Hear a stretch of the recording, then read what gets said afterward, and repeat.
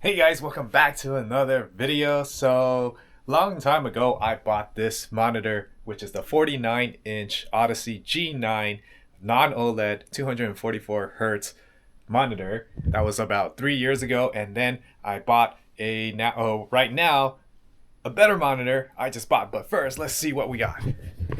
So this was my old monitor. It's 49 inches long, 1440p, 5120 times 1440p resolution, 240 hertz, 1000 R curve, 420 nits of brightness. MSRP when I bought it was about $1,200 after taxes. What you can do now, you can get this monitor for less than $700. The cheapest I saw was like $699 for this monitor. So yeah, the value of this monitor has dropped a lot, but now I got used to it, and I think this monitor is a little bit too small for my liking. So I went ahead and purchased the Odyssey Neo G9, which is mini LED 57 inch. Alright, so this is what we have here is the Odyssey 57 inch Neo G9. So it's mini LED. I know a lot of people always wanted OLED, but I did not because of burn-in issue. I don't know if they fixed that yet, but I mean, this is the only model for the 57-inch 4K. Yeah, so let's get this up. They say it's like two 32-inch monitors put together to make a 32:9 aspect ratio, which is super ultra wide. I'm just gonna open this up. So what I'm planning to do is mount it, instead of having the stand, I'm gonna mount it on here. I don't know if this little thing will hold 30 something pounds. I think it should be fine. This screw is thick enough, and hopefully when I tighten it up, we'll see. What do you guys think? You guys think this will be fine? Or should I just use the stand? But as you can see, my desk, I don't think I have enough room for that. I could always take this off, but my old one, which was a 49-inch super ultra wide, was able to fit here no problem. I put it on my other room. So now that I'm going to use my main as 57-inch. Yep. I never really had any problems with the 49. I mean, in the beginning there was like some issues, but it's not big of a deal. It just fixed itself. Okay, so let's unveil this open. We got the stand already. This is a huge stand. Let's see if this actually fits. Worst case scenario, I would have to plant the monitor around here somewhere like this. And yeah, it'll still fit. Worst case scenario.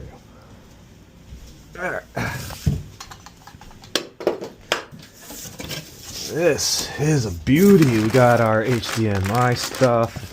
We don't care about that. We already seen a lot of unboxing videos. Let's just get straight to the source. This will be the mount that I'm mounting it on, so it's gonna be right there. I'll just throw that away. I'm gonna put these away. Installation guide. Look at that after we look at the actual monitor. This thing here to cover the back. My old one never really had any problems, but then when I moved it around and I tried to do stuff, these things did chip out, or one of them did, so I have to be careful when I put it on the monitor. Alright, let's get the monitor review. What's this? Oh, that's to cup the thing. Let's put that.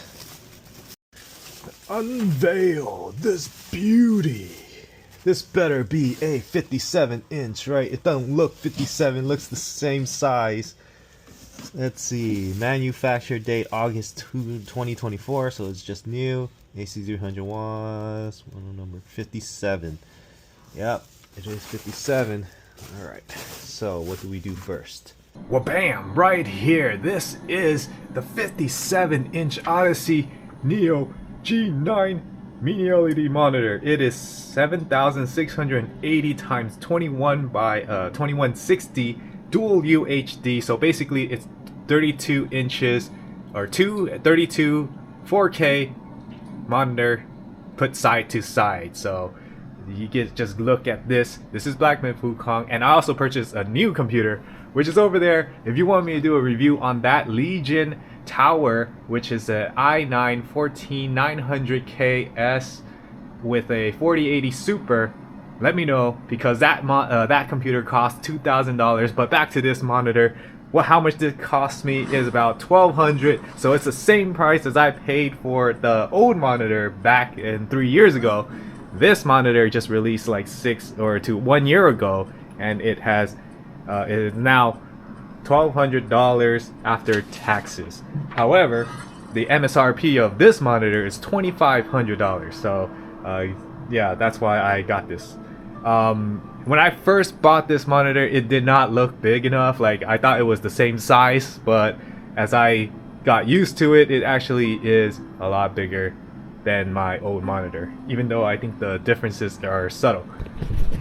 I'm a type of person who is very multitask oriented, so I need a lot of screens. If you don't believe me, here's a little demonstration of how many screens I used before, and now I am crazy about these super ultra wides because it is very good for productivity, consuming media and movies and all these other things. Have one on the other side and then on the other side. But anyways, what is this? Oh, this is a portable sauna. Yeah, it's a portable sauna. You want me to do a review on this? Well, go to my fitness channel and we'll do a review on that. But anyways, back to our monitor. So this monitor has a refresh rate of 240 Hertz, but that's only through the HDMI 2.1 port. However, right now we do not have a graphics card. Well, I mean, AMD released their graphics card that can handle such things, but hitting 240 Hertz in modern day gaming is going to be very hard, especially for a resolution of two 4K monitors put side to side together for a super ultra wide screen. So you most likely won't even be able to hit it. With my computer right now, as I mentioned before, i9 14900KS with a Super 4080 Super, I can only hit around 100, almost 120 FPS when I overclocked the computer on Black Myth Wukong on super ultra on very high graphics settings. Wait, let's see. So right here, very high graphics settings with DLSS on super resolution ultra performance. So anyways, this is not a review of my Legion Go. I have one of those, but this is not a review for my Legion Tower. This is a review of the monitor. So I've been using the monitor right now for about a month or so, and comparing between the two, this 57-inch, obviously you have way more resolution, and I do notice that difference now when I have that same background from my old computer to this computer. Yeah, so I do notice a very, very obvious resolution difference between the two, and the screen size noticeable as well.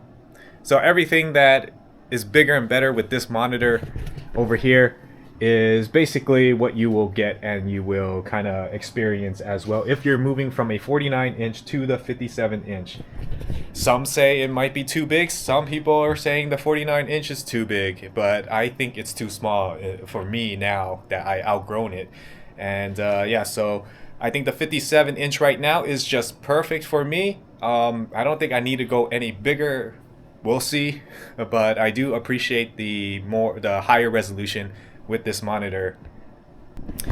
Now, as for people who are gonna talk about the 57-inch and all the Reddits and the errors and things like that, I have not experienced any bad things about this monitor just yet. There's only one hiccup, but in terms of dead pixels, in terms of damaged things, wires, all that stuff, yeah, none of that happened.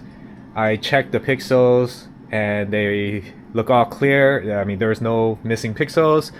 Nothing was broken. The only thing that was trippy was that the connection, sometimes when I wake up the computer, sometimes the monitor loses its connection. Like, it will have like a blurry or like, I don't know, a static kind of screen, but I think it's just, it has to do with the connection, not the monitor itself, because when I restart it, or if I unplug the plug and then replug it back to the graphics card, and it just works again. So I don't think it's the monitor. I think it's the connection between the Super and the monitor has to do. But that's very rare, so it's not going to happen that often, and it's very minor. I don't think it's anything to gawk at. So as for the 47-inch, we're back over here, or 49-inch Odyssey is basically we're just using LED lights versus the 57-inch, which is mini LED, which pretty much, if you don't know what the difference is that you have deeper blacks on your mini LEDs, or you'll have like a better visual than the LED monitor. Now, do I notice the difference between the two? I don't think so. Like, the only obvious difference was the resolution and the size of the screen. I'm not quite sure about the mini LED and the LED making a huge difference here. Now, as for energy, the 57-inch does require less wattage than the 49-inch, so that's a good thing. So the reason for that is because the mini LED actually helps you save power, or helps power consumption rather compared to the LEDs. So as I was saying about the graphics card, the 4090 does not have the HDMI 2.1, which sucks, and a lot of people complain about it. But the AMD card does have it, the highest end one. I forgot which number it is. They have so many numbers, I just can't keep up with AMD's numbers. But yeah, so that NVIDIA does not have it yet. Hopefully the 5000 series that's coming out in January will have it, and then maybe I'll upgrade and see if I could take full advantage of this monitor. But right now I'm only running at 120 Hertz at a resolution of the 7000, 21 whatever stuff. Too many numbers to deal with. Alright, so now I got this measuring tape over here. I measured through it. I can't hold this up at the same time, but it's about 52 inches wide from corner to corner. There is that curve, but yeah, 52 inches wide from corner to corner. So that's how big your desk needs to be in order for you to fit it. This desk is 6 feet, so that's 60 inches. That's why I am able to fit this monitor. And then the depth of it, we're looking about 1 feet and 18 inches of depth space for this.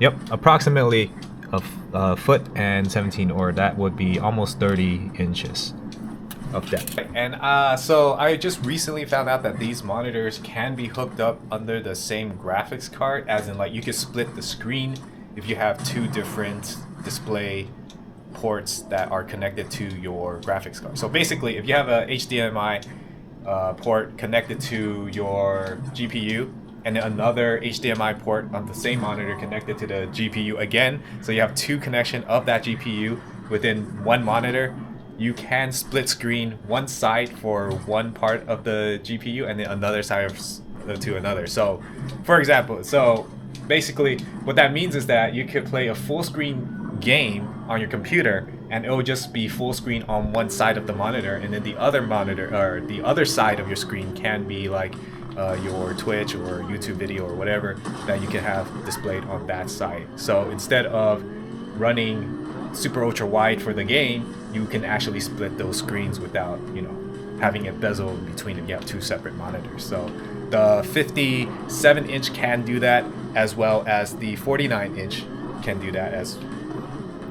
So is the monitor worth the price? So just by going off with what we can get right now, so because I had a lot of discounts applied to the monitor here, which got me that $1,200 after taxes, versus the other one, which is $699, $700. It's about, let's say, 2,000 or 2 times more. Let's just say the monitor for the 49-inch right now in 2024 is 2 times less than the 57-inch. Do I want to pay for that extra real estate? Yes, I think I would pay for that extra real estate. I really like the 57-inch screen, and it gives me more to work with, and it's a lot bigger, so it makes me more immersed for open world games which I like to play a lot. As well, Now that I experienced this screen, the 49 inch seems pretty small. But when I have a friend over and he saw the 49 inch, he's like, "Don't you get dizzy looking left and right?" And I was like, Not really, because I got really used to it. And now I got this 57 inch. It does not bother me at all. Like, I don't feel it's too big. It feels just right, because I actually felt, before I bought the monitor, I felt that the 49 inch was getting too small. Like, I was thinking it needed a little bit more vertical height, and I think the 57 inch offers that for me. Or actually, I did not go over how I set up the ultra wide monitor for my 49 inch right now, or how I'm using it. So as you can see here, this is the Legion Go, and this is the 1X GPU, 7600M XT, which is equal to the performance of a 4060, which is a 1080p, 1440p kind of graphics card. And I'm using it with this super ultra wide. Now, as far as gaming with the setup and going super ultra wide 32:9 in the game, in Assassin's Creed Unity, I only hit 30 FPS at very high settings. That's the game that I'm playing right now. In Black Myth Wukong, I haven't tried that yet. I will try that soon. This is not a video of the Legion Go with that 1X player, so I just gave a rough estimate of what I experienced so far. But if you want to see more in-depth review with the Legion Go and the 1X player together as a external GPU, let me know down below. And also the Legion Tower. And then I also I built another external GPU with the 5600 XT. I thought that this was gonna give me more performance than the 1X GPU, but no, it doesn't. So yeah, guys, let me know what you think. Comment down below, like the video if you like the video. I might be missing something. I usually am. I never script these videos. I just go on the whim when I feel like it. If I had an energy drink or two, I will make a video. If I don't, and yeah, I don't feel like making it. But yeah, most of these videos aren't scripted, and sorry for that. And that means that I will be missing some stuff, but those stuff you can comment below and I'll answer them if you need more information of it. So yeah, alright guys, thank you for watching, and see you in the next video. Bye.